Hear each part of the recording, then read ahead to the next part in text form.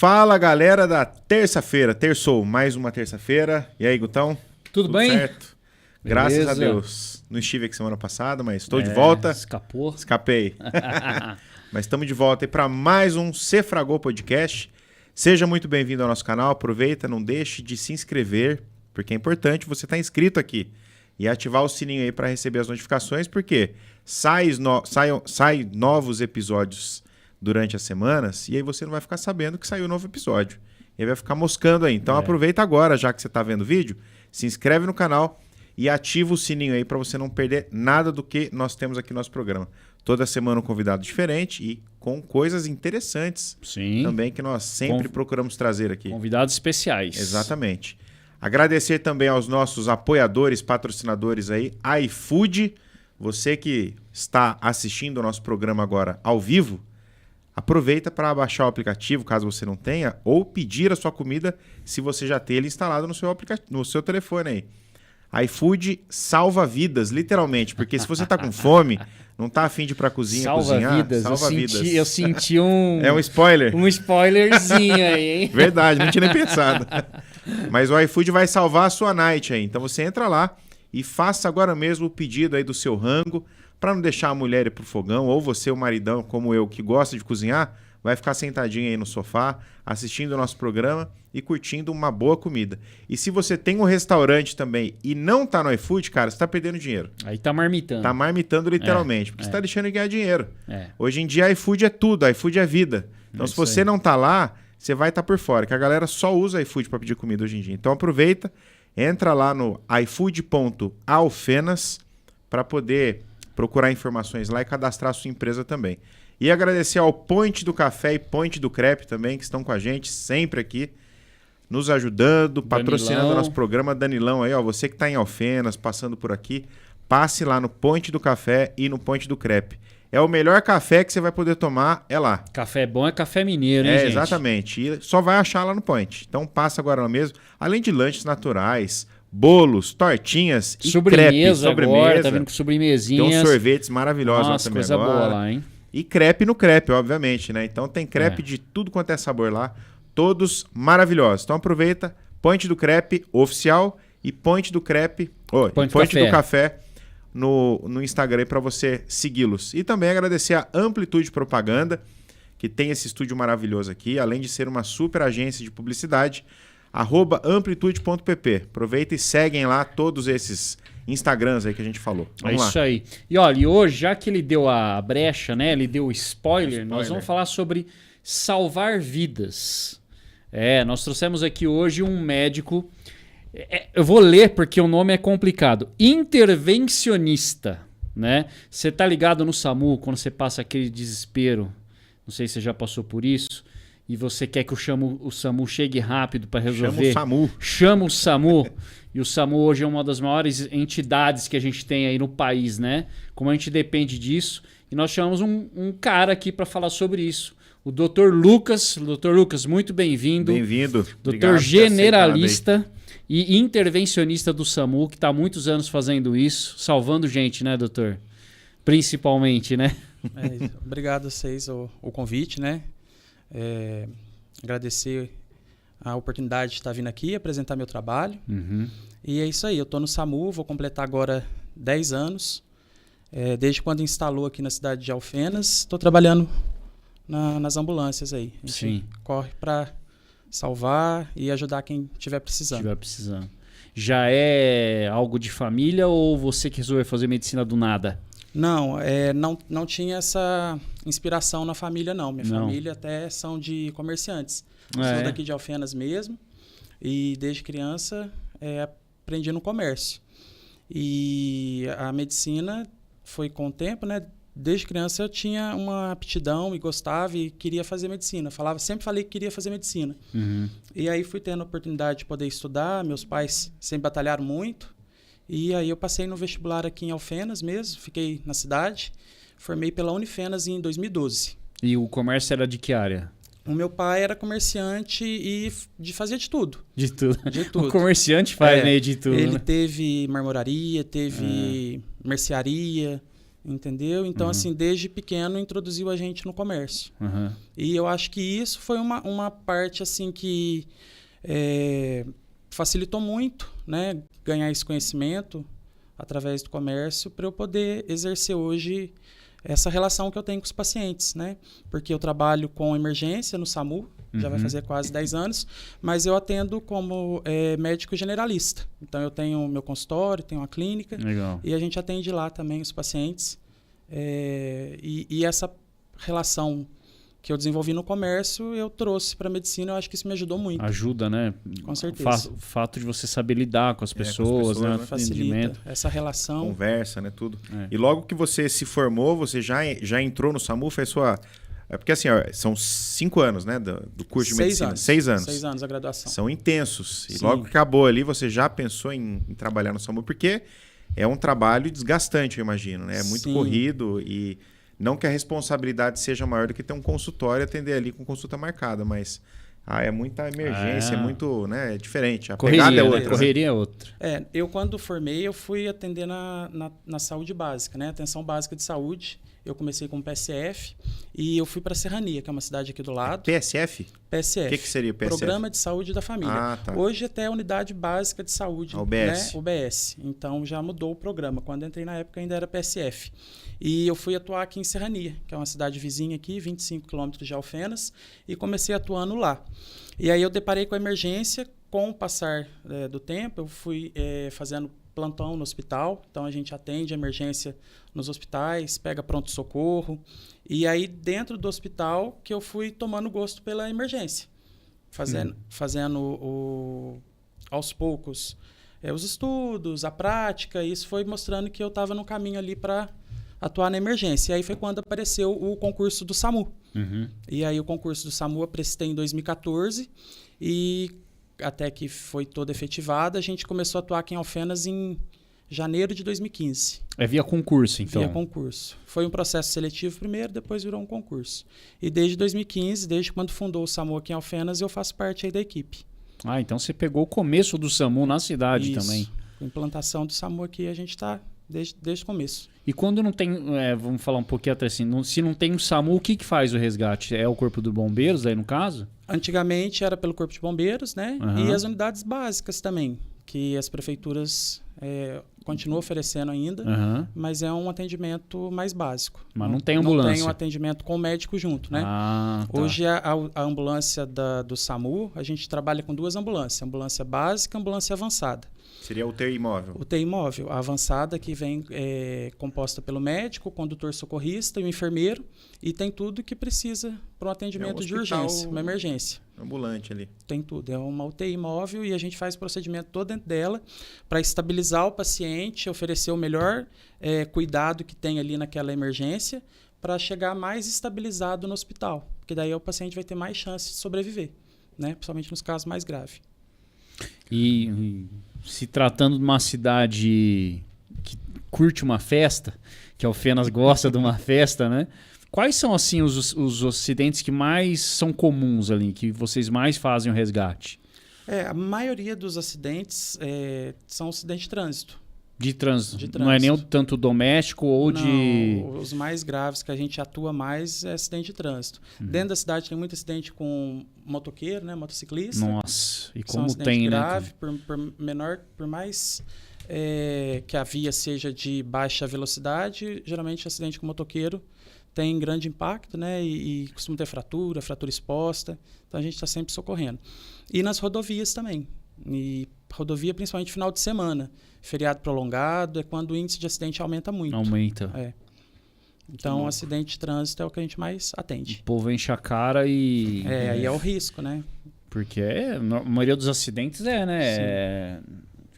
A própria imprudência, né? Dos motoristas. Né? Que é ultrapassar Hoje em dia, o uso do celular, a gente tem batido muito nessa verdade. Tecla, que usar o celular enquanto está dirigindo, por menor que seja um período de distração, você vai ficar vários segundos ali sem atenção no volante e você pode tira perder. mesmo, viu? Tira. Uma coisa é louca, se você usa o celular enquanto você está dirigindo, você não lembra o que você fez. Exatamente. Tipo, você passa assim...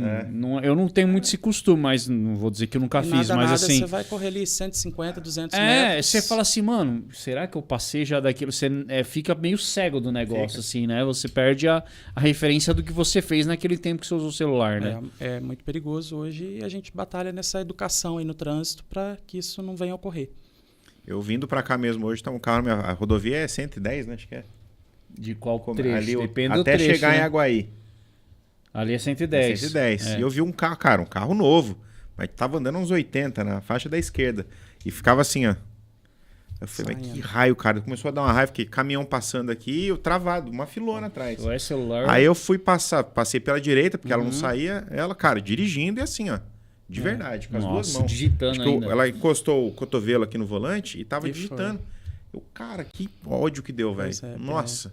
Perigoso. Mas o celular ele tem distrai sido demais, cara. Distrai, e aí acaba, né, ocasionando acidentes graves aí. Mas aqui na região de Alfenas, aqui, tirando os acidentes de trânsito, por exemplo, tem muita coisa que agora, depois da época de pandemia, teve muita gente com depressão também, né? Sim. Tem muito acidente também de suicídio, crianças. Sim. Como que é o índice aqui? Alfenas é até uma das cidades com maior índice de suicídio no Brasil. No Brasil? A gente tem também ter atenção com a saúde mental, né? Que hoje é um tema bastante discutido. Fazer um trabalho para essa prevenção. E tem acidente doméstico, acidente de trabalho, a gente pega muito acidente de trabalho. Então, quando a gente consegue, às vezes, pegar um acidente grave e chegar nele mais rápido e já conseguir fazer esse atendimento lá na cena, a gente dá mais possibilidade de diminuir as sequelas, de melhorar a sobrevida e atender melhor o paciente, com mais chance. E qual que é o procedimento? Vamos lá, tô na estrada aqui, vi um acidente na minha frente lá. Certo. A primeira pessoa que eu devo ligar é o bombeiro ou o SAMU? Então, primeira coisa quando a gente depara com acidente, né, quando a gente é da área, a gente tem um conhecimento maior, mas quando a gente não é da área, a primeira coisa que a gente tem que ter a noção é de não piorar ou agravar aquele acidente. Né? Não se tornar uma vítima também. Então, às vezes a pessoa para em local que não deve ser parado, né? na vontade de querer ajudar, acaba aumentando o problema ali. Então, a primeira coisa zelar a sua segurança. Pela sua segurança, pela segurança de quem está com a gente e pela segurança do local. Então, se você tiver condição de parar num lugar tiver um acostamento e sinalizar a via, né? Começar a sinalizar para os carros para depois ir lá chegar na vítima e ver qual que é a situação. Então, assim, hoje aqui na região pode ligar para o 192, que é o atendimento SAMU. Né? A gente trabalha em parceria com o bombeiro, que é o 93, principalmente quando tem vítimas encarceradas, né? Geralmente são múltiplas vítimas, a gente costuma atender acidente com múltiplas vítimas aqui, então qualquer acidente aí que tenha 4, 5 pessoas, não dá para uma ambulância só fazer o atendimento. E às vezes pode ser pessoas graves, então a gente pede apoio bombeiro ou vice-versa, às vezes eles chegam primeiro e pedem apoio para a gente. E assim, trabalhando em parceria, né? Sempre em prol do Então essa sinergia com os bombeiros tem que existir, porque tem muita gente que fala que é uma rixa, né? O SAMU com o corpo de bombeiro. Tem um lance de chegou, um não pode atender, o outro pode, não tem? Muito pelo contrário. Mesmo? A não gente existe trabalha isso. em parceria, pelo menos aqui em Alfenas, sim. A equipe lá é excelente e a gente está sempre se ajudando em prol de melhoria para a vítima, né? A gente quer fazer o nosso trabalho e um apoiando o outro. Agora, tem uns que, às vezes, eles chegam primeiro porque a central de regulação deles já é direto lá na base. A nossa, todo mundo que liga para o SAMU tem uma central de regulação em Varginha. Né? Então, a central de regulação nossa está lá e lá o pessoal vai triar para depois enviar para a gente sair. Então quando liga não cai direto em Alfenas, cai lá em Varginha, que faz a triagem do que está acontecendo e aí entra em contato com vocês. E aí a central de regulação vai definir qual que é a ambulância que deve ser mandada para o grau do acidente. Por isso que é importante quem estiver na cena, primeira pessoa que chegar ali, saber qual que é a situação, quantas vítimas tem, entendeu? Se tem potencial vítima presa em ferragem, porque daí já pode pedir o apoio do bombeiro junto. Certo? Mas e se é um acidente que tem muitas vítimas graves, por exemplo? Alfenas tem uma. Aí vem uma outra ambulância de outro lugar, porque acho que o bombeiro não tem um SAMU da vida, né? Uma UTI móvel. Eu tenho, o bombeiro. Não, o bombeiro não tem UTI, não. A UTI é com o SAMU E a macro região de Alfenas aqui só tem a de Alfenas, né? E aí tem as cidades perto que tem unidade básica, que daí conta com o técnico de enfermagem e o condutor socorrista, e eles dão apoio também, essas cidades menores. E prezando pela segurança da cena é o que a gente faz toda vez que a gente chega. A primeira ambulância que chega ali, às vezes já tem algum certo controle da cena, mas a gente chega também prezando pela segurança. Minha, da equipe, das pessoas que estão ali e depois da vítima, para não aumentar a vítima. Então a gente às vezes depara com risco de explosão, né? Combustível vazando, né? Fiação elétrica, às vezes algum poste. Então a gente, antes de agir, né, a gente já tem essa visão. Então quem é leigo e não é da área tem que tomar mais cuidado ainda, porque às vezes vai ali tentar socorrer e pode ter. Né? Às vezes o carro está numa ribanceira. Então tem que avaliar bem a situação da cena antes de agir. Tem todo um negócio por trás a não ser socorrer a vítima na hora, né? Com certeza. Não, porque a tendência nossa é de querer ajudar, mas tem que tomar um pouco de cuidado, porque você pode piorar, se você não sinalizar direito, você pode ser atropelado. A gente entrevistou uma vez, lembra? Um bombeiro Davi. Também, o sargento Davi. Primeiro sargento, né? Aí ele comentou que isso é muito importante, que tem gente que quer ajudar, mas não toma esse cuidado e às vezes piora o caso, porque só tinha, de repente, um caso para resolver e ele acaba sendo mais uma pessoa que vai precisar de atendimento, né? E a gente até, assim, essa divulgação que a gente faz é importante para as próprias pessoas se conscientizarem, né? Porque se depara com acidente, às vezes todo mundo quer chegar lá, todo mundo quer filmar, todo mundo quer colocar o carro na frente, ou às vezes não quer esperar o atendimento, né? A gente às vezes tem que bloquear a via.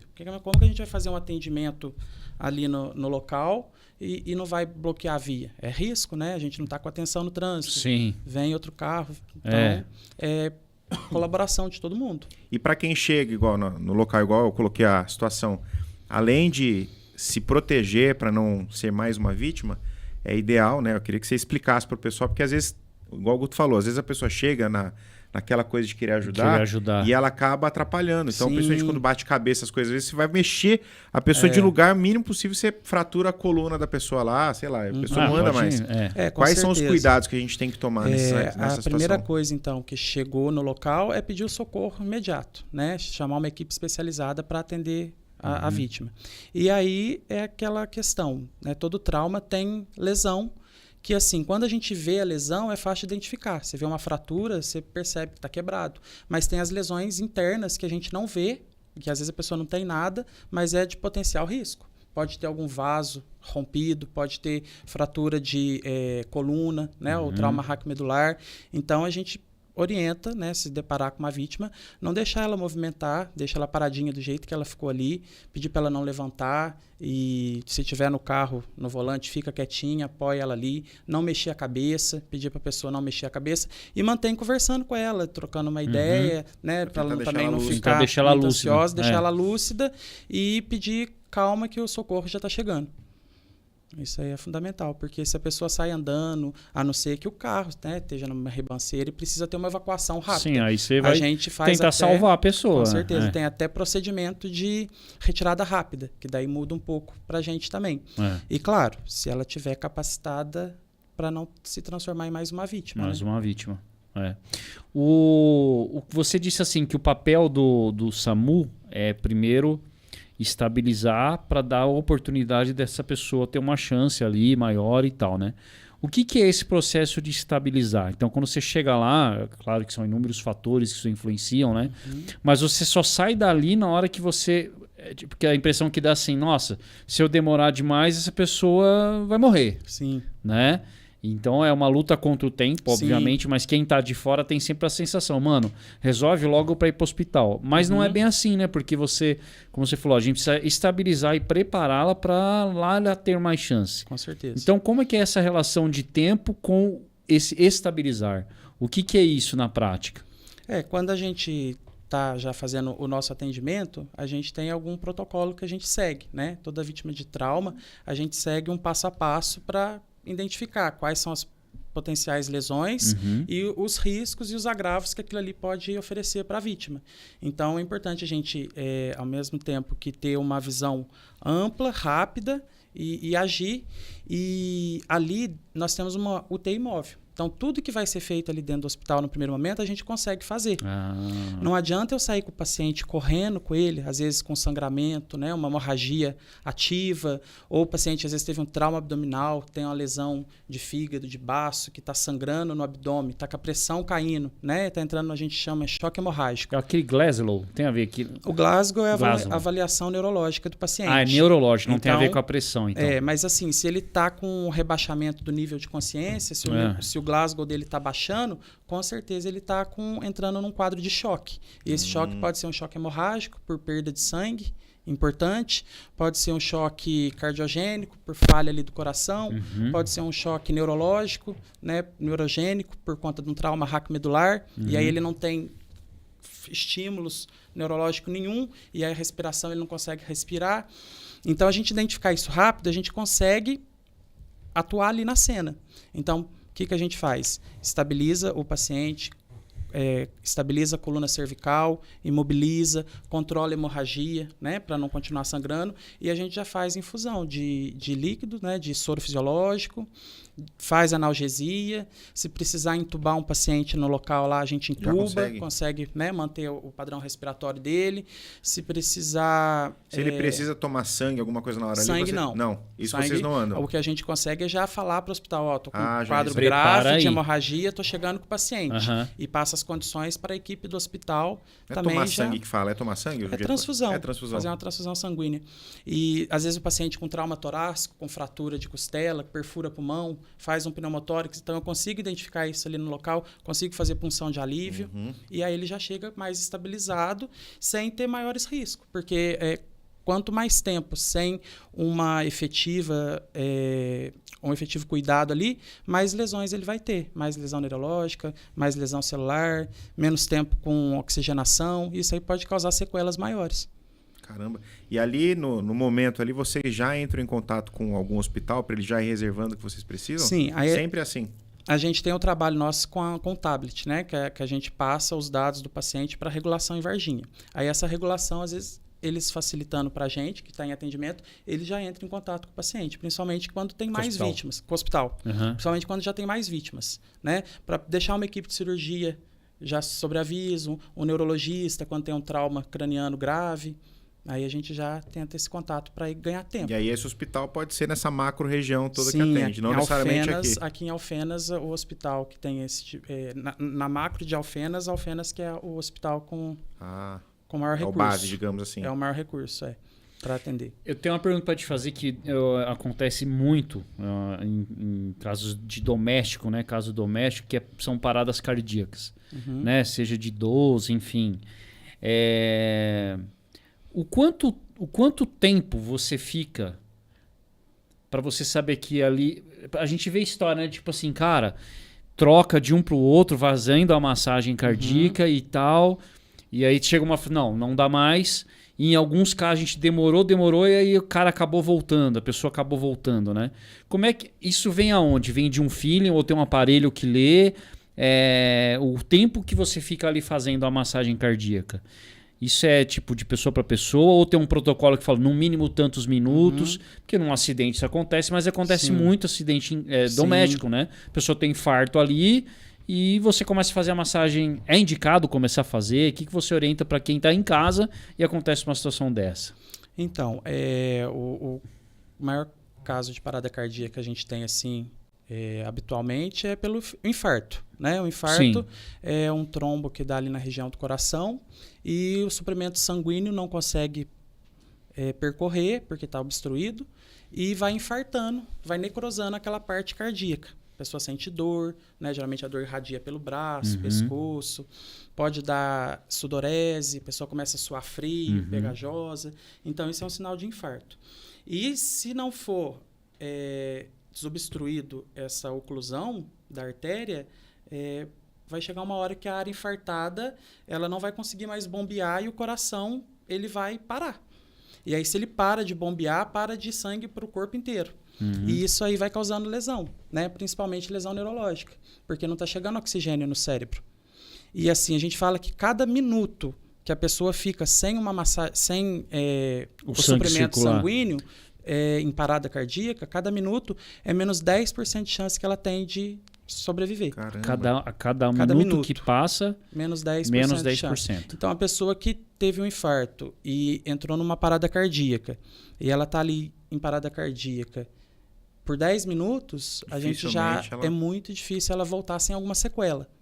Entendeu? Às vezes ela a parte pode ter cardíaca, a vida de volta, mas pode ficar sequelas.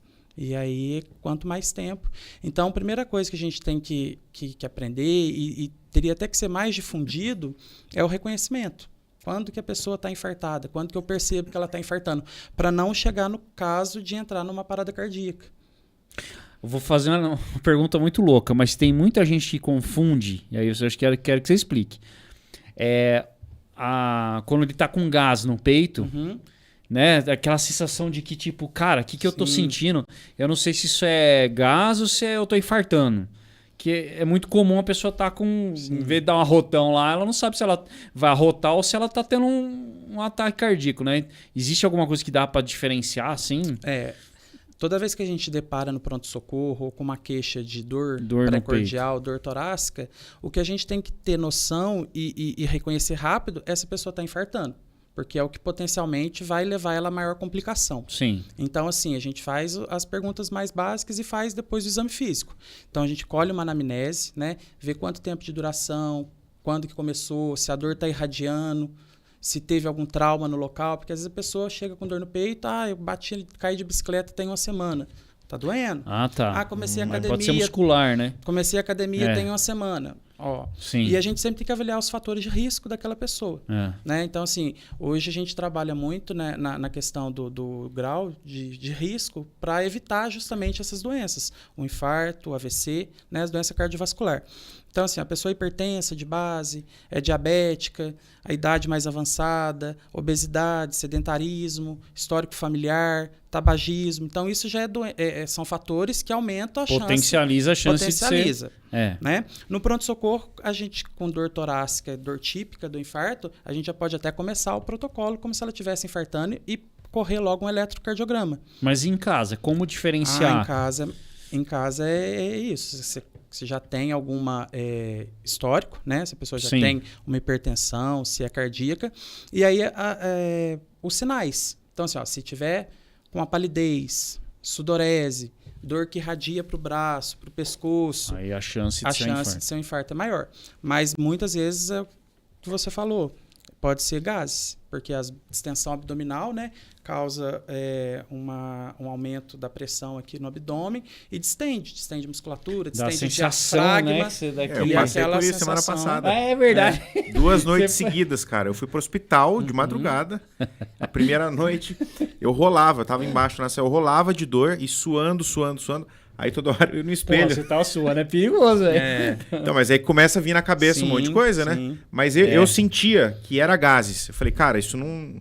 Porque, assim, doía só a parte abdominal. E você viu que tava dura, assim. Tipo, malhei, né? Tava durona, assim. Mas eu ia no espelho, eu não tava pálido. Tava com cor, que essa é a minha preocupação. Aí eu ficava tossindo, que eu lembro que um cara falou, tá infartando, tosse, porque vai estimular o coração. Ficava Aliás, vamos ver se isso é uma lenda ou se vale a pena. E aí eu não consegui, eu moro num sobrado, eu não consegui subir pra chamar minha esposa.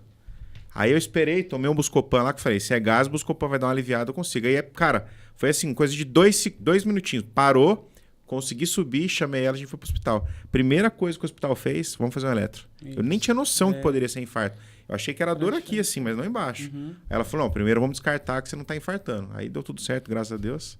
E era só tomar um Luftal. Tem o lance de tossir e tem o lance também de tomar um AS. AS?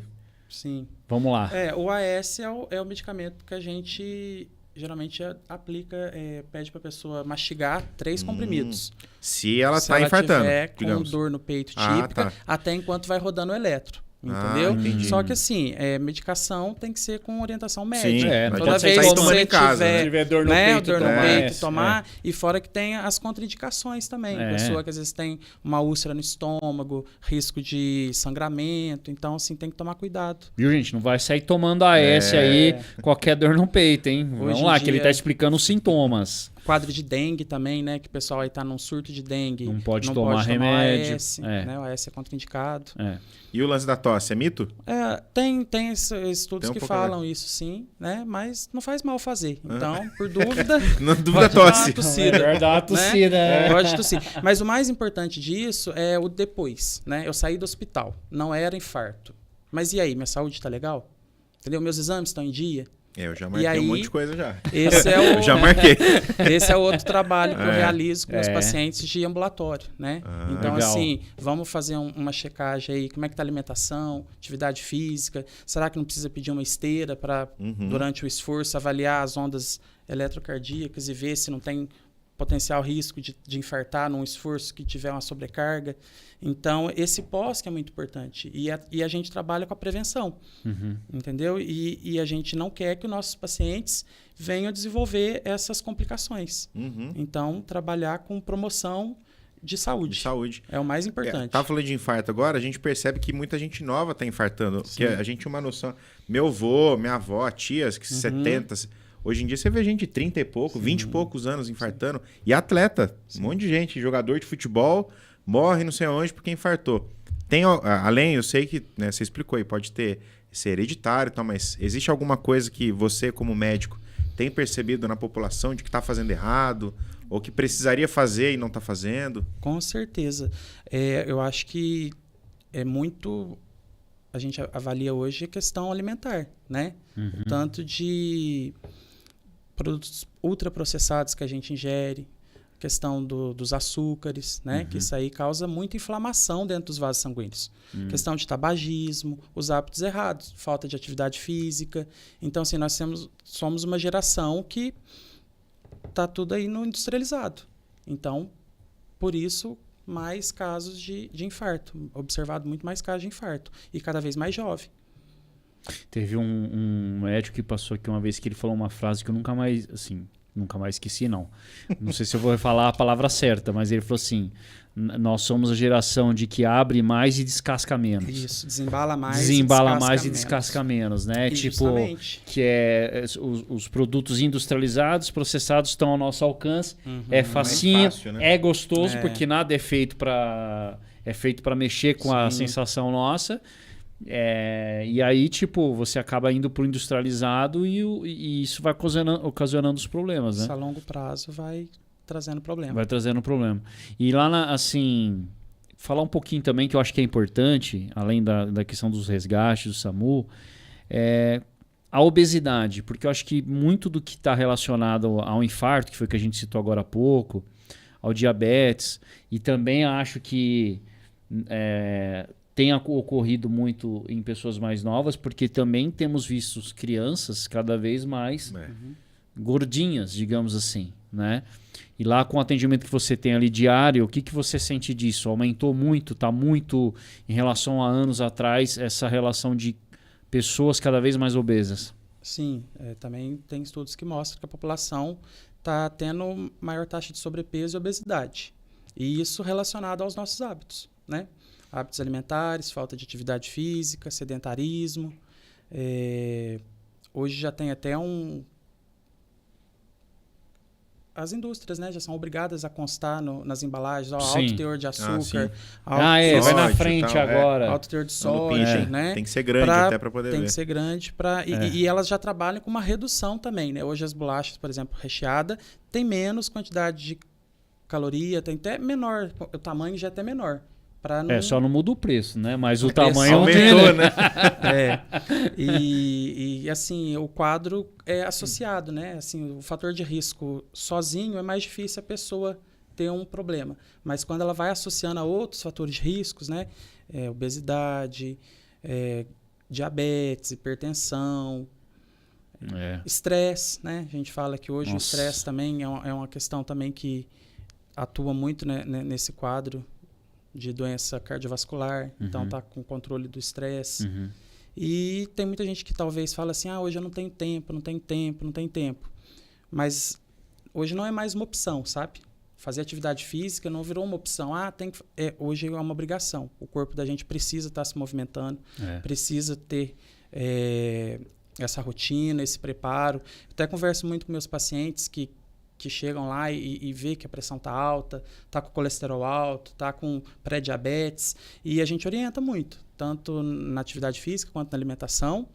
E fazer um investimento na pessoa, né? Você quer mudar, mas então vamos investir. Tem que investir, tem que ter um profissional bom para te acompanhar. Então, assim, tem que investir num tratamento com um nutricionista bom, tem que investir num personal trainer, porque às vezes a gente sozinho não faz. Não acha. Então, assim, a gente tentar tirar, que também hoje não é fácil, né? Nada é barato, mas não é a realidade é uma realidade talvez de uma minoria, mas tudo bem, se ele não pode ter um personal, nada impede dele pegar, meter um calçado e caminhar no calçadão. Caminhada, bicicleta, e esporte. maior, assim, realmente eu falo isso por experiência própria, porque há 3 meses eu mudei minha vida, mas assim, até 3 meses atrás era um daqueles que tinha que ouvir ficar quieto, porque eu tinha preguiça. Eu sempre colocava uma desculpa para qualquer coisa, então...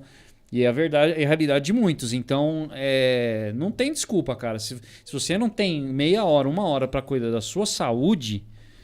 Vai ter que tirar tempo para cuidar da doença. Vai ter que cuidar tempo da doença. Mas trocar hábito, né? Eu tava pensando esses dias. Eu moro no centro.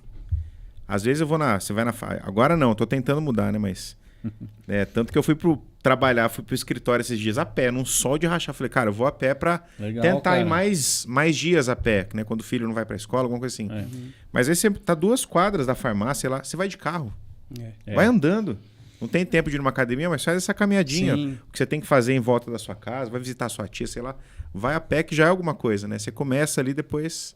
pequenas mudanças, né? Não dá para mudar tudo de uma vez, mas pequenas mudanças que a gente for fazendo no dia a dia e mudanças boas, né? Descascando mais e desembalando menos, já é um bom começo. E é muito louco porque eu sinto que o cérebro da gente, ele é na rotina. A gente fala assim, eu não sei, não gosto de fazer isso, eu não vou fazer... Só que é engraçado que depois quando você começa, ou por necessidade, quando o médico fala assim, cara, se você não fizer, é caixão, sabe? Você precisa tomar um esporrão desse. Mas é engraçado que o cérebro, depois de um tempo, aquilo começa a virar um hábito, e aí se você não faz, você começa a sentir falta. Sim. Né? Seja de uma caminhada, seja de se alimentar melhor. Eu parei com refrigerante, foi em outubro do ano passado. Eu tenho muita coisa para melhorar, mas uma das que eu tenho orgulho de falar é o seguinte: por quê? Primeiro, que eu gostava muito. Segundo, que eu sei que é açúcar puro. E eu já queria ter um estilo de vida diferente. Tô nessa trajetória, mas assim, eu tenho que encontrar alguma coisa que fala assim, cara, isso eu não como. Não importa o que aconteça, eu tenho que melhorar em todos os outros, né? Aí eu falei, refrigerante para mim eu vou abolir da minha vida, pelo menos até um certo momento. Eu tenho uma meta aí de em setembro desse ano eu mudar algumas coisas para mim que vai ser meu aniversário. Aí eu falei assim, refrigerante vai ser o primeiro. E faz aí desde outubro do ano passado que eu não encosto mais um refrigerante, nunca mais tomei. Mas assim, as primeiras semanas, bicho, você vê todo mundo tomando Coca-Cola com pizza. Falei, vou tomar um suco de uva, velho. Puta negócio, né? Aí eu fui pra água com gás, cara. Porque eu gostava do refrigerante, que negócio do gás, né? Meti água com gás e limão, velho. Então, ruim eu sei que não vai fazer. E dá uma enganada. Sim. Né? Vai mudando. Precisa mudar os hábitos para ter melhor qualidade de vida. Né? A gente quer chegar bem, envelhecer bem, isso é o mais importante. Então, condicionar o corpo a estar praticando atividade física hoje, porque depois com 70 anos para começar é muito mais difícil. Muito mais. E aí, às vezes, você vai colher já algumas sequelas que você poderia ter prevenido mais cedo. Sabe? E outra coisa que a gente orienta também é assim, tem gente que às vezes não tem os hábitos saudáveis e não tem uma boa saúde. Então tá sempre ali com a pressão meio alta, tá sempre com o colesterol meio alto e vai deixando. Mas eu não mudo a dieta, mas eu também não tomo remédio. Né? Sim. Que daí vira uma bomba relógio. E aí o infarto fulminante tem alta taxa de morte. O exame de sangue que a gente faz, o hemograma completo lá, que vê as taxas, tudo de colesterol, tudo. Qual é o período certo da gente fazer isso? Não sei, 6 meses? Se a pessoa é saudável e ela não, é jovem, assim, adulto jovem, até uns 40 anos de idade, e não tem nenhuma queixa, né? Não teve oscilação de peso, não tem dor, a cada 2 anos ela pode estar fazendo os exames. Não precisa estar fazendo antes. Fez um exame completo, dosou hormônio, colesterol, função de rim, função do fígado, né? É interessante fazer um exame de imagem também para ver como é que está o fígado, vesícula. Às vezes está com a vesícula cheia de pedra, né? Esteatose, que a gente às vezes só nega o tratamento da esteatose, que é aquela gordura no fígado. Gordura leve, gordura leve. E é uma doença invisível, né? Porque a gente não sente nada, né, com ela. E aquilo vai causando uma inflamação generalizada no organismo, né? E tem risco de ter alterações daquelas células do fígado que, por enquanto, elas são reversíveis. Se você mudar seus hábitos, adequar a alimentação, atividade física, controle do peso, aquela gordura ela vai desaparecer. E da mesma forma, se você não mudar, aquela gordura vai virando uma fibrose que vira uma cirrose. E aí é irreversível. E aí o risco de, né, tornar o paciente cirrótico, às vezes aparecer até um nódulo nesse fígado, que pode ser um tumor. Caramba, então, por causa de gordura, né? Por causa de gordura. Por causa de cirrose hábitos. não necessariamente ela vem por conta do álcool. Não. Cirrose, inflamação, é uma inflamação permanente do fígado, que pode ser por medicamento, por alimentação, por álcool. Mais comum o álcool, mas tem várias outras. Da alimentação eu não sabia que poderia dar. Remédio, sim. Eu, inclusive, por coincidência, hoje eu fui no meu cardiologista e faz assim, normalmente eu escolho também, a cada 1 ano eu faço um check-up geral. E eu não sei como é que vai ser, porque eu vou fazer os exames agora, mas há 1 ano atrás eu estava com uma esteatose nível 1 para 2. E aí até o quê? 4? É até 3, né? 3? 3, leve, moderado e grave. Leve e moderado. Então, tipo assim, eu tava ali, mas se eu não tomar muito cuidado, ele vai para 2. Só que depois, se chega no estágio 3, você vai deixando, meu amigo, você perde o órgão, cara. Vira o que ele falou, vira uma cirrose. Não tem o que fazer, né? Não. Não tem o que fazer, aí já era. Tratamento, vai dando aquela ascite, a barriga incha. Aí é um quadro mais grave. Né? E é uma coisa que a gente não percebe, porque você não tem sintoma, cara. O que você vai... Não, aí pode ser, né? Hoje tem... a medicina muito evoluída, tem os casos de transplante. Aí, às vezes, o paciente é eletivo para um transplante de fígado. Transplante o fígado. Transplante de fígado. Caramba, mas ela não dá sinais assim? Não. Não tem dor? Não tem geralmente pessoa que tem uma indisposição alimentar, sempre come alguma coisa e passa mal, sempre come alguma coisa e tá com uma azia. Mas daí o cara confunde com azia. Ele não acha que tem a esteatose. E aí ele come uma coisa, não faz bem aquele dia, mas semana que vem ele repete, depois ele repete e vira aquele ciclo vicioso também. E você vê que louco, eu tinha muita azia. O saquinho do Eno era meu amigo. Também parou. Cara, é uma azia 3 por ano tem agora. Se você tá precisando medicar, alguma coisa não tá legal. Não e tá aí bem. é a hora de você procurar o atendimento médico para investigar. A gente falou um pouquinho sobre saúde mental. Eu queria, por curiosidade também, né, e até para quem assistir e ver, vocês como médicos ali trabalhando e vendo, né, enfermeiros também, socorristas, vendo tantas cenas que... Imagino eu que tem cenas horríveis. Como que vocês fazem para a saúde mental? Vocês passam por acompanhamento? Médico passando por outro médico? Como que é isso aí?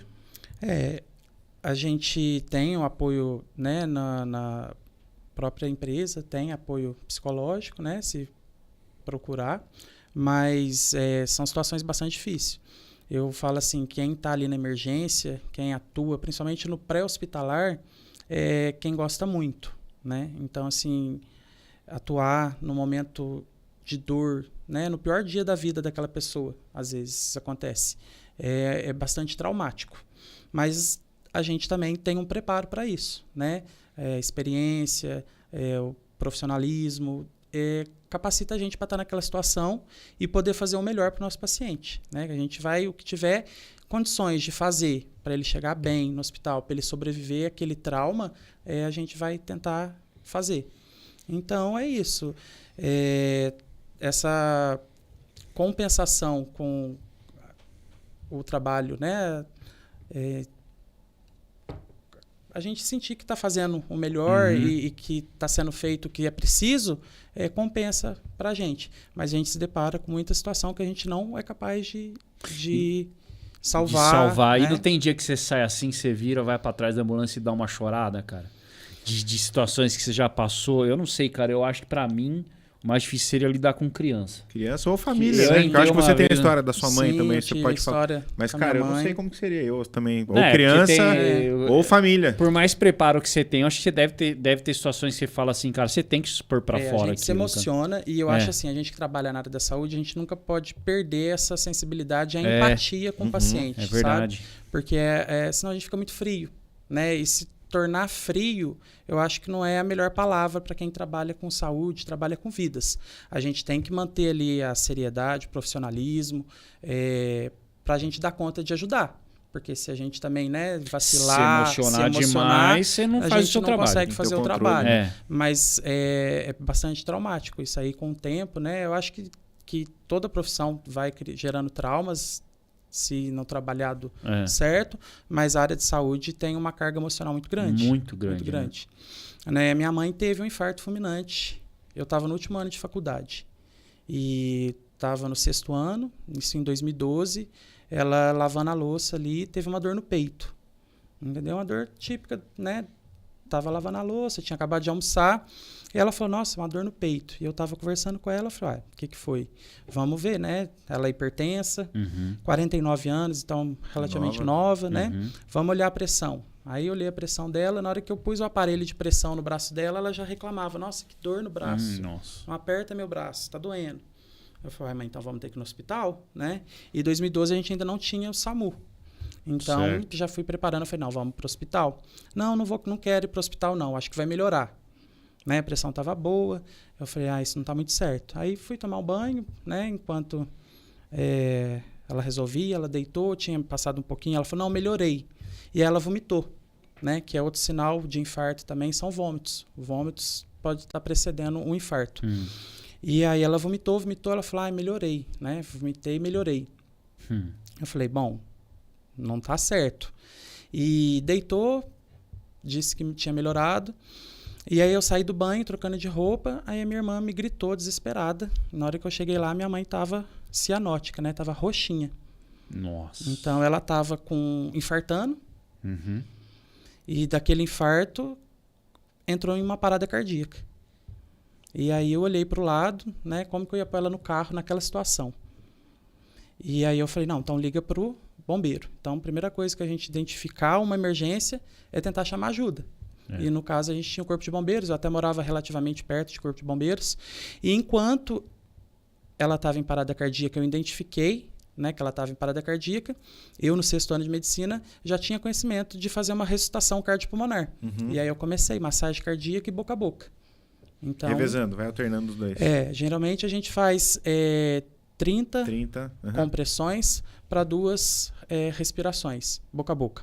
Quando você não conhece a vítima, ou se você não está apto para fazer, ou se você identificou alguém na rua que você não conhece a pessoa, você pode fazer só as compressões que você já está ajudando, né? Sempre naquela máxima de não causar mais risco. Né? Eu não sei como que a pessoa, né, é de saúde, então a boca a gente pode resguardar nesse momento. Mas no caso era minha mãe, eu fazia compressão cardíaca e boca a boca. Compressão cardíaca e boca a boca. E sempre que eu fazia o boca a boca, ela corava inteirinha. Olha. Porque eu estava mandando oxigênio para ela. Já mudava a situação. Já via que estava respondendo. E aí o bombeiro chegou, a gente transportou ela rápido para o hospital, né? No caso aqui é o Hospital Alzira Velano. E era o hospital que eu estava fazendo a minha faculdade, estava graduando.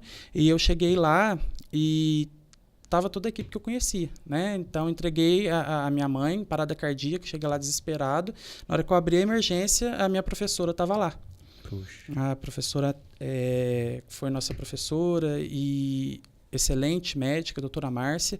E eu nunca esqueço disso, né? Então, entreguei, falei, doutora, minha mãe está parada cardíaca. E ela nem estava de plantão, estava só passando por ali.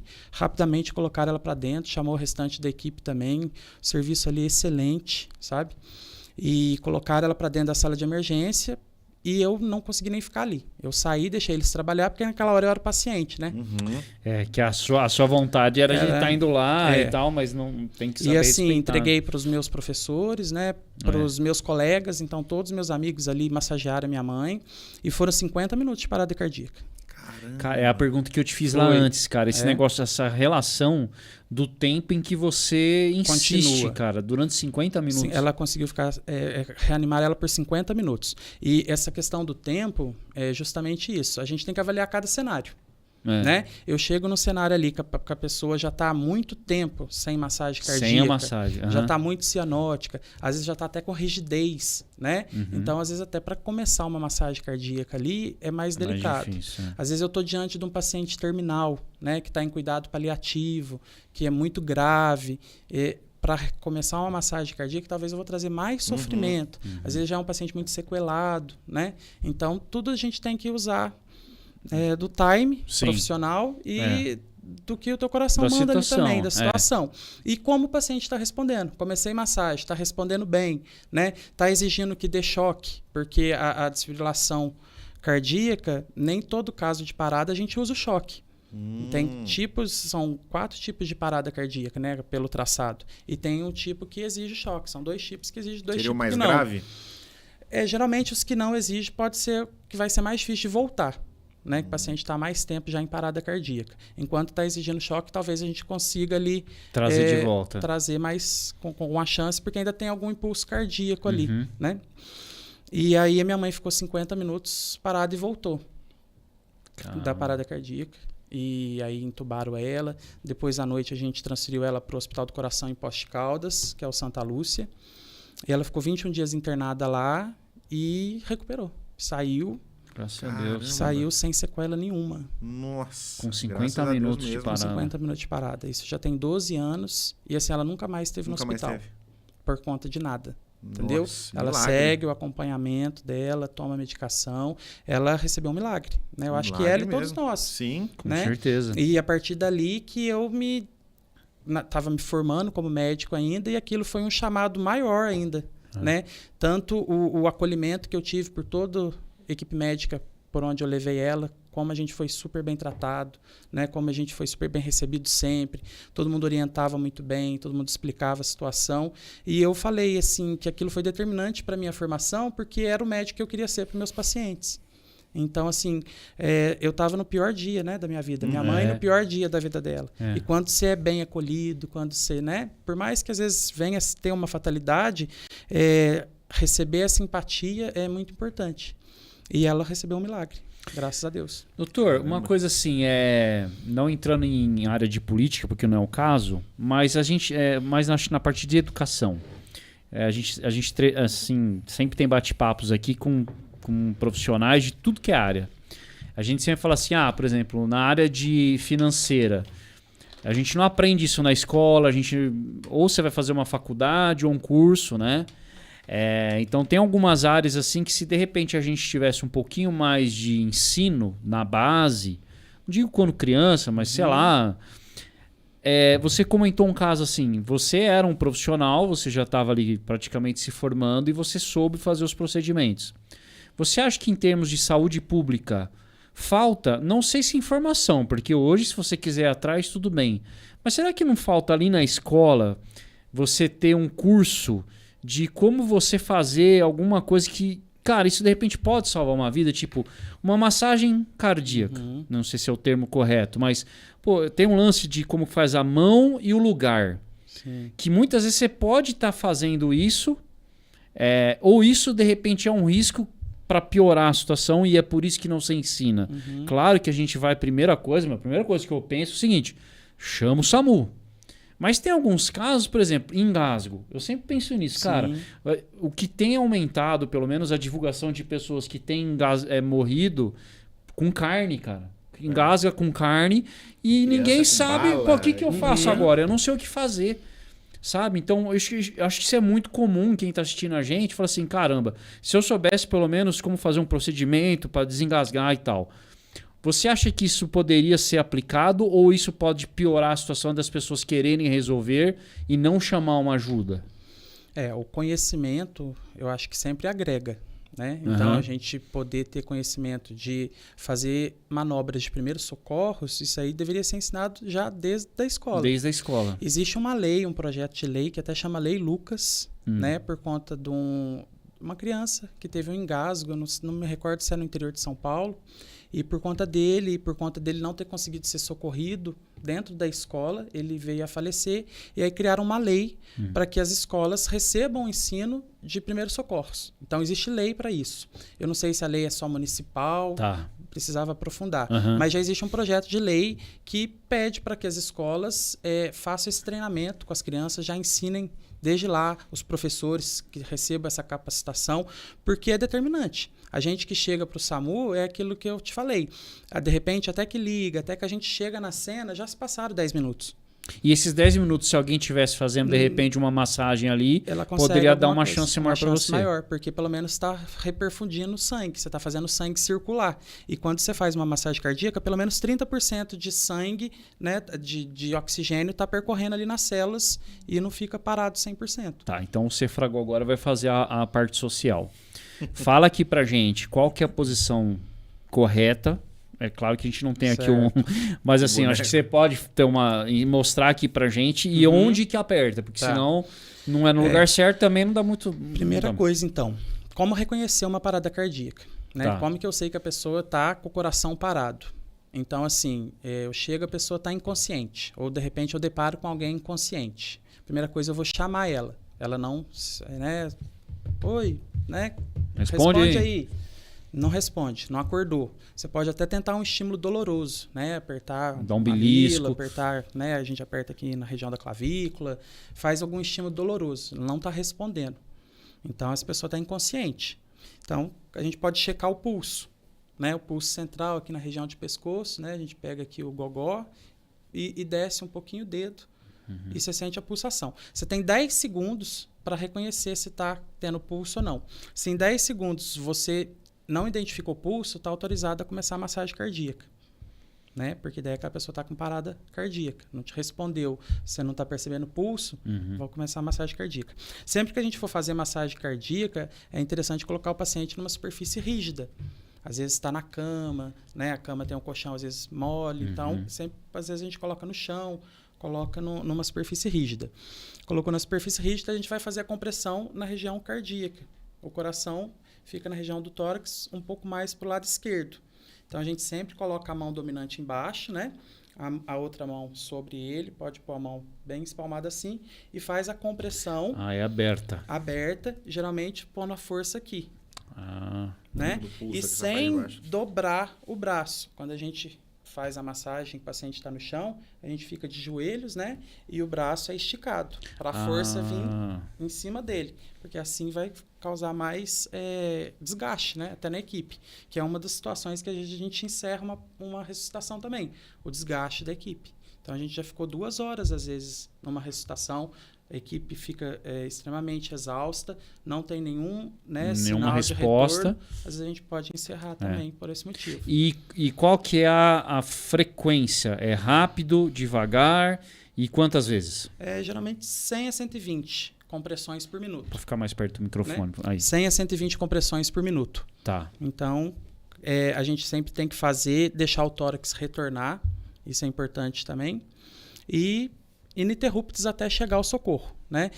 Nessa hora a gente quer um desfibrilador para ver, né? Ou tem o DEA também, que é um dispositivo externo, que a gente cola as pás, dá até para pessoas leigas usarem, que a gente às vezes tem aeroportos, academia, que dá para usar, ele é bem autodidático ali, explicativo. Você cola as pás, se for preciso o choque, ele vai falar, aciona o choque. Todo mundo afasta, que esse é o mais importante, né? A gente às vezes está ali numa situação, quem vai controlar o choque tem que pedir para afastar justamente para não ter mais uma vítima. Senão a pessoa toma um choque também e pode ter uma parada cardíaca. E pode ter uma parada cardíaca pelo choque. É alto, né? O choque é forte, né? Sim. A descarga elétrica ali é bem forte. E às vezes com esse choque consegue reorganizar a frequência e ele volta a bater.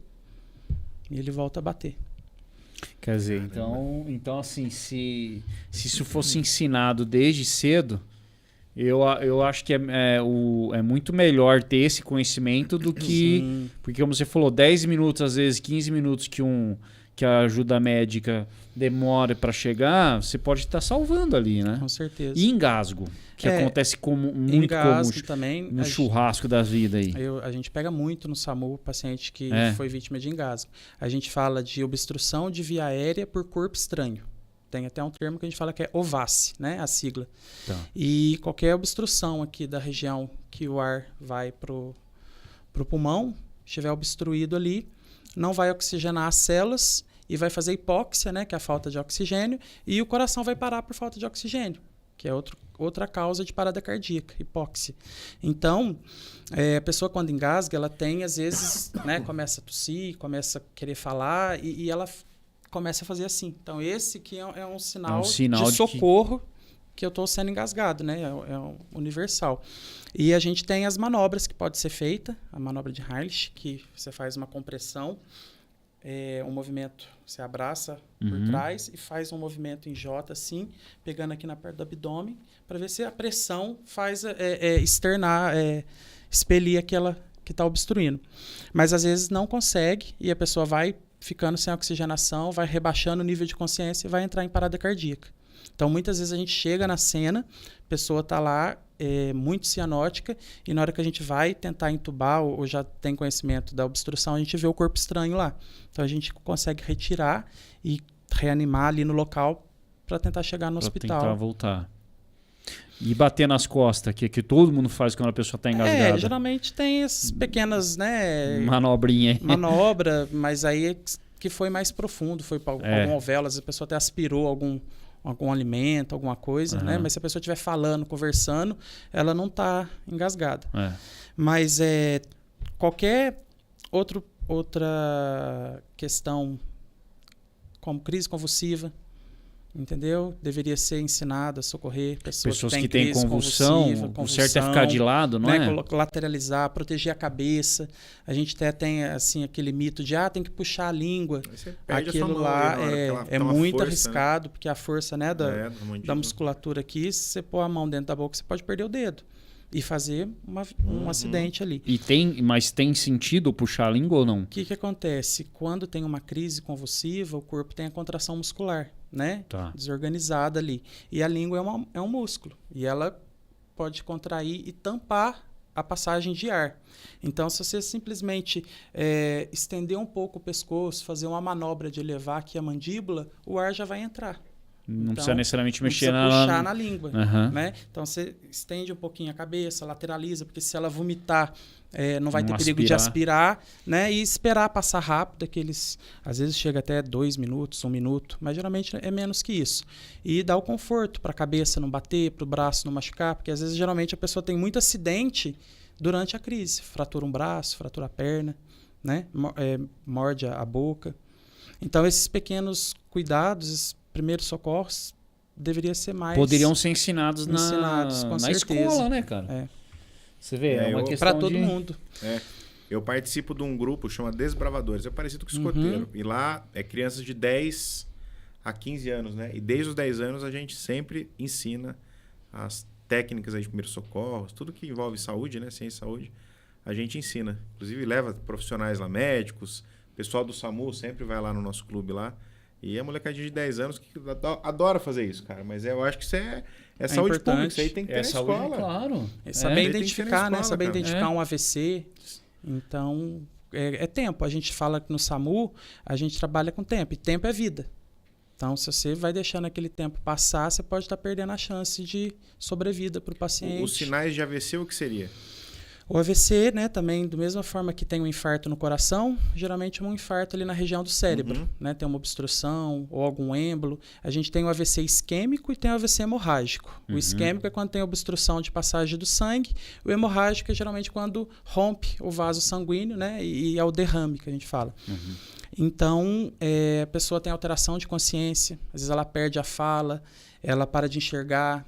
Pode ter paralisação do corpo. Então, às vezes, não consegue ter força na mão, não consegue andar, para de andar. Então, isso é um sinal que alguma região do cérebro, que é a região que está sendo infartada, não está recebendo sangue e é a região que está determinando o que ela está sentindo. Entorta a boca, né? Você põe a água assim, a água escorre. É um sinal e isso tem que correr também para desfazer essa obstrução, porque a lesão neurológica também pode chegar a ser irreversível e aquela sequela ficar permanente. Mas o meu avô, eu lembro, meu avô teve um AVC na nossa frente. Meu avô já é falecido, inclusive foi questões cardíacas, ele chegou a ter 2 infartos. Mas ele teve... Aí você falou AVC ou derrame, né? Eu fiquei na dúvida, mas eu lembro que a gente estava comendo, aí ele começou a falar, ficou assim meio torto a boca dele, e não falou nada com nada, assim, começou a falar umas coisas nada a ver, e aí meio que perdeu um pouco o movimento, assim, ele ficou, né, estranho, né? Aí, acho que foi minha avó, não me lembro, que falou assim, cara, ele tá tendo um AVC. Porque ele ficou com a parte mole, assim, a boca mole, como você falou, ele tava comendo, a comida começou a cair da boca dele, assim, e ele ficou de um lado, assim, meio pendente, assim, e aí correndo pro hospital e teve um AVC mesmo. Né? Então a situação, tem que ficar esperto, cara. Então, sim, corre pro hospital. O AVC você não consegue fazer nada ali. Quem tá em casa, por exemplo, para prevenir alguma coisa. Você pode proteger também as vias aéreas, né? Deixar a pessoa confortável, numa posição confortável, deixar as roupas mais arejadas, né? Não aglomerar muito em cima. Alguma coisinha até chegar ao socorro. Fazer a tomografia para diferenciar se é um acidente vascular cerebral, né? Que é a sigla do AVC. Se é isquêmico ou se é hemorrágico. Para tentar diferenciar, porque os tratamentos são diferentes. E parto? Já fez alguns? Parto. A gente se depara. Com muita emoção, né? Parto é uma hora assim, que o atendimento de urgência ele tem uma recompensa, né? Eu acho um momento feliz, né? É um momento feliz, a gente depara com a vida e aí é muito bonito quando é um parto normal, que a mãe está bem, que a criança nasce bem. É legal de fazer, a gente já fez algumas transferências, né? Igual o SAMU, ele faz esse atendimento de urgência pré-hospitalar, mas ele também faz muito atendimento de transferência entre hospitais, né? A região nossa aqui tem muitos hospitais na região que não tem os recursos que aquela pessoa precisa. Então pede transferência e vem para Alfenas. E aí o SAMU que é responsável por fazer essa transferência, através do SUSFAS, através da regulação, né? A gente vai lá, busca o paciente. E num desses casos, eu tive uma história com um parto de Arceburgo. Então, a gente foi lá em Arceburgo, que é quase divisa com São Paulo já, né? Passa Guaxupé. Uma mulher em trabalho de parto. E o parto estava limiar ali para ser prematuro. Estava com 35 semanas.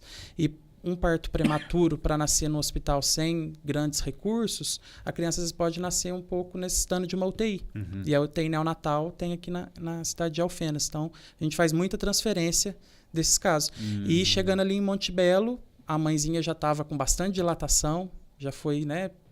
E a gente até falou, será que não é melhor nascer por aí, para depois a gente buscar a criança? Mas foi discutido e achou que melhor a gente correr com ela para cá. E nasceu no meio do caminho, mas graças a Deus nasceu bem. E foi emocionante. É um caso bem legal. Mãe, né? O negócio assim, você nasceu na ambulância mesmo. Nasceu no SAMU. Nasceu no SAMU, cara.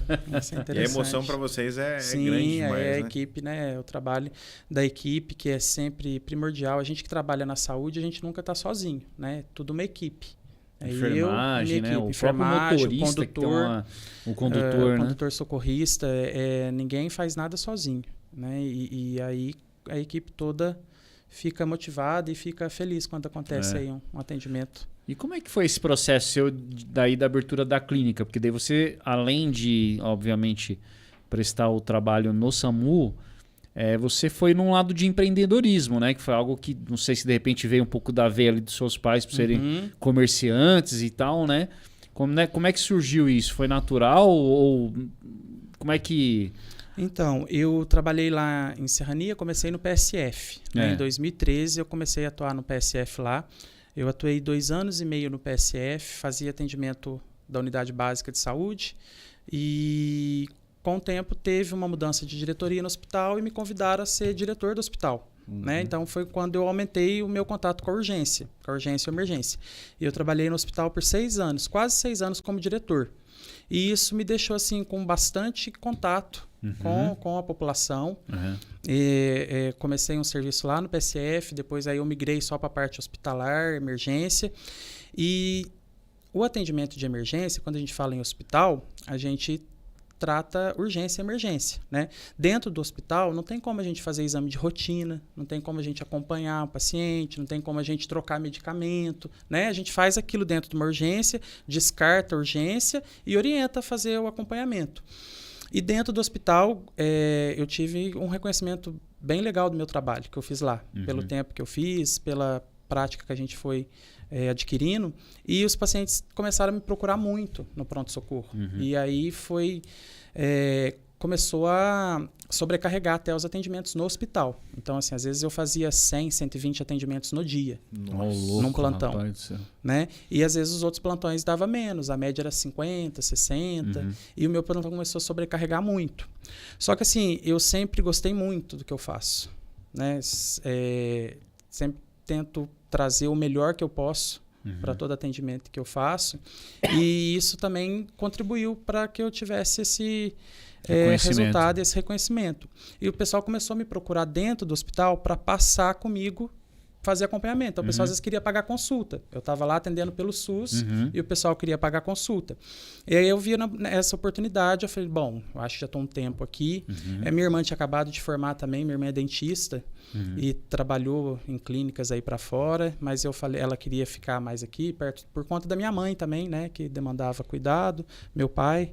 E eu resolvi montar a clínica. Aí montei uma clínica já pensando nesse atendimento multidisciplinar e eu trouxe para a Serrania uma clínica com atendimento diversificado, de várias especialidades médicas. E aí a gente está lá desde 2018. Que legal, tem 6 anos já. E todos profissionais, todo tipo de profissionais médicos? Hoje contamos com quase 20 profissionais. São 20 profissionais. Bastante. Tem cardiologista, ortopedista, oftalmo, pediatra.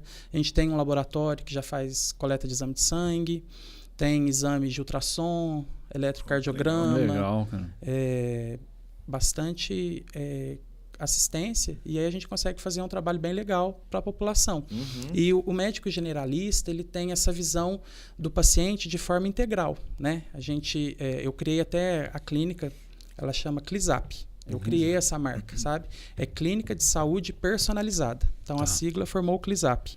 E eu quis trazer essa humanização e essa personalização para os meus atendimentos. Então, eu consigo dar bastante atenção. Uma cidade pequena. Então, assim, a gente acaba conhecendo todo mundo. Todo mundo. Conhece todo mundo por nome, conhece a família. Eu estou lá hoje há 12 anos. Então, quando eu cheguei lá 12 anos atrás, muita criança que eu atendi, hoje traz os filhos. Está tendo os filhos, Já trazem os filhos. Então, assim, o tempo voa, né? E eu sou muito feliz de estar atendendo lá e de cuidar da população e da confiança que eles têm no meu trabalho. E é um diferencial que eu trouxe para a minha carreira e que me deixa muito realizado. Então, eu amo trabalhar lá e fazer esse atendimento humanizado, fazer esse diferencial de personalizar o atendimento, aos cuidados, atuar na promoção de saúde, na prevenção de saúde, é muito legal. E eu conto com um corpo clínico que, se eu vejo que precisa encaminhar lá para um ortopedista, que precisa encaminhar para um pneumologista, a gente já tem ali, eu consigo drenar para os especialistas e a gente já adianta, já peça exame, já avalia o paciente como um todo, já vejo onde que ele precisa ter um ajuste e tem resultados bons. Bacana. Que bacana. A clínica é importante, ainda mais para uma cidade do tamanho de Serrania, né? Todo tipo de atendimento que vocês oferecem lá, realmente, para a população é um ganho muito grande, né? Você falou aqui pra gente que você assumiu o plantão aeromédico em Varginha. Sim. Teve que perder o medo ou nunca teve medo de andar de helicóptero? Eu acho que assim, o medo faz parte, né? Inerente ao ser humano.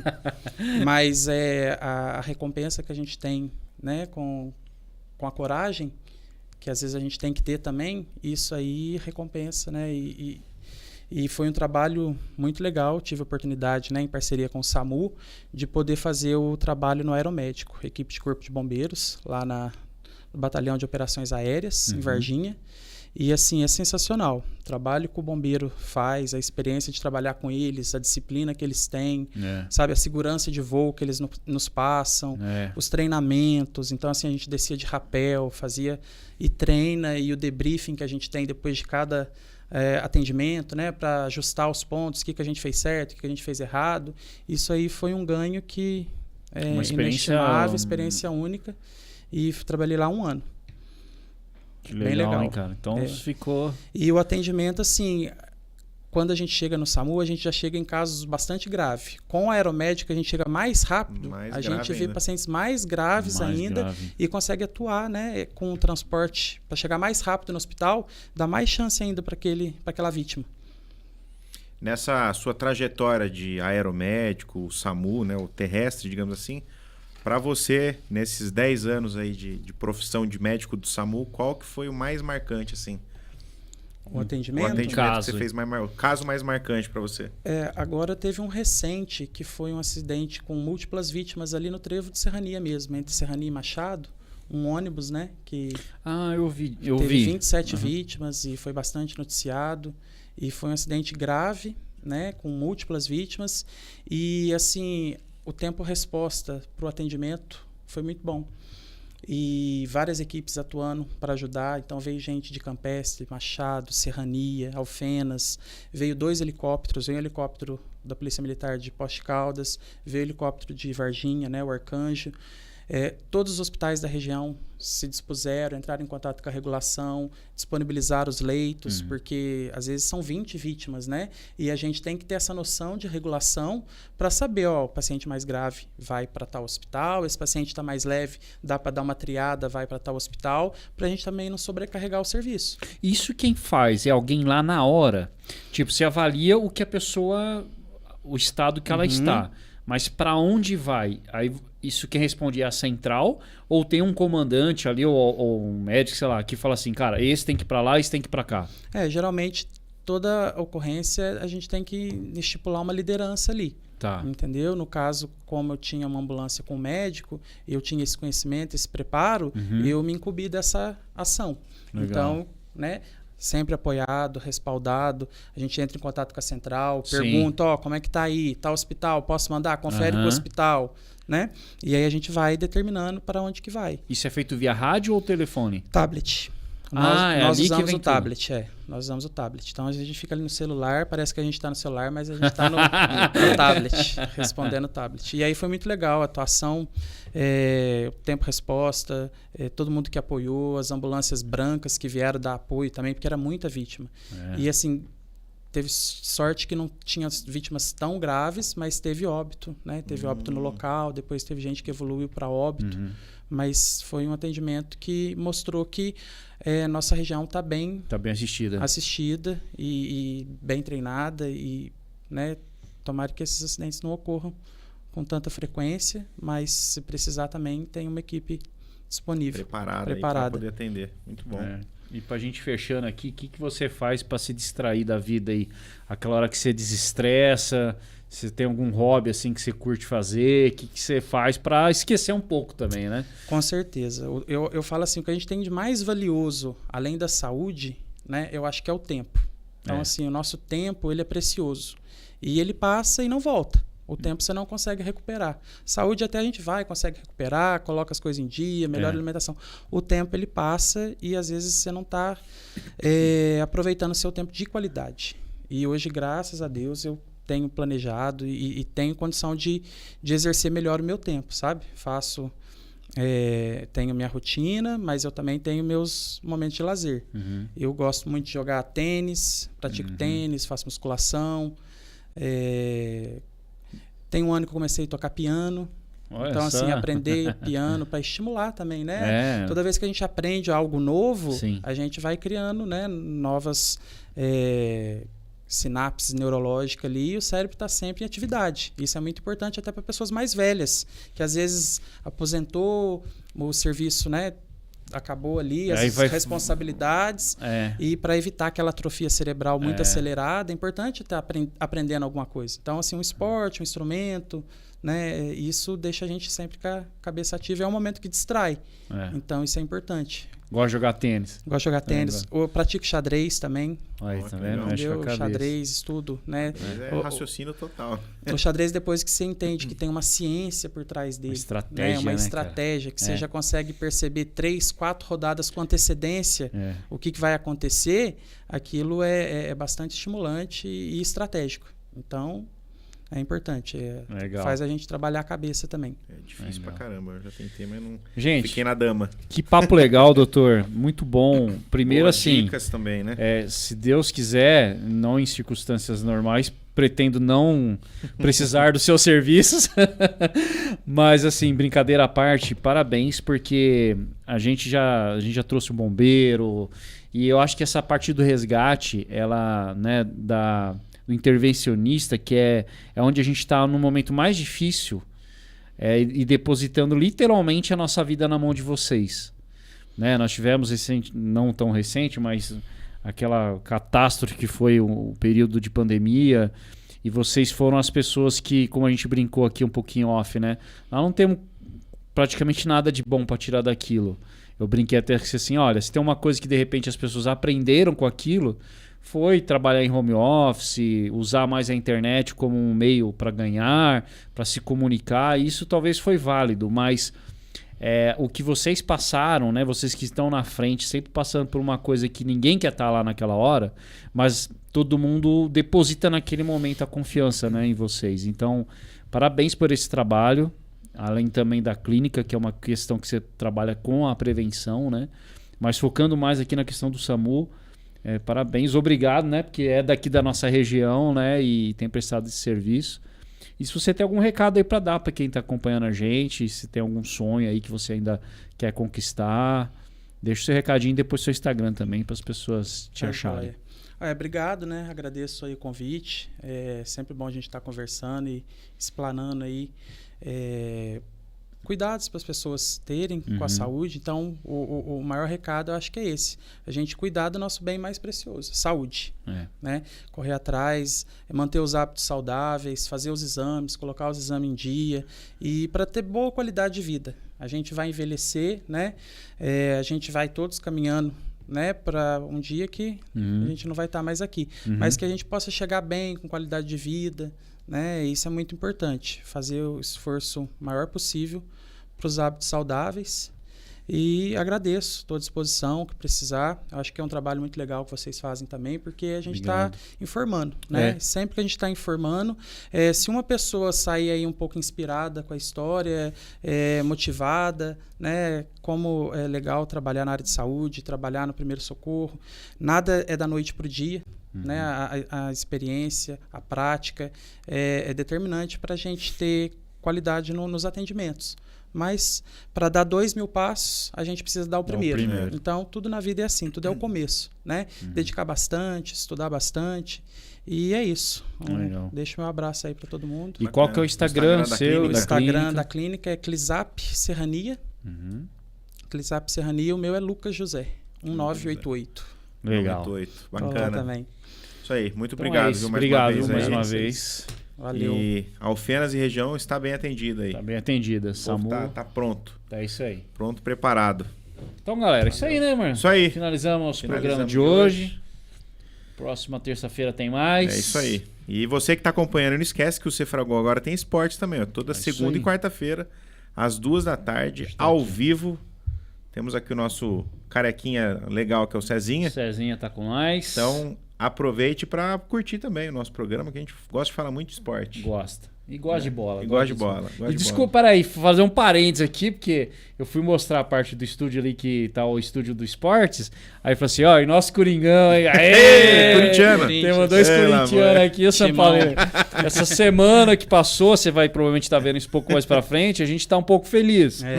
Mas tá difícil, né? Não tá fácil não. Tá fácil não, mas a gente chega lá. Pode desistir. Isso Então, aí. acompanha a gente, ó, Cefragol Esporte, toda segunda e quarta, às 14h, ao vivo, lá aqui no nosso YouTube. É isso aí. Beleza? Valeu, galera. Valeu Amplitude, valeu iFood. Valeu e Points. Crepe Café. Até a próxima. Até terça que vem. Valeu. Um abraço, tchau, tchau.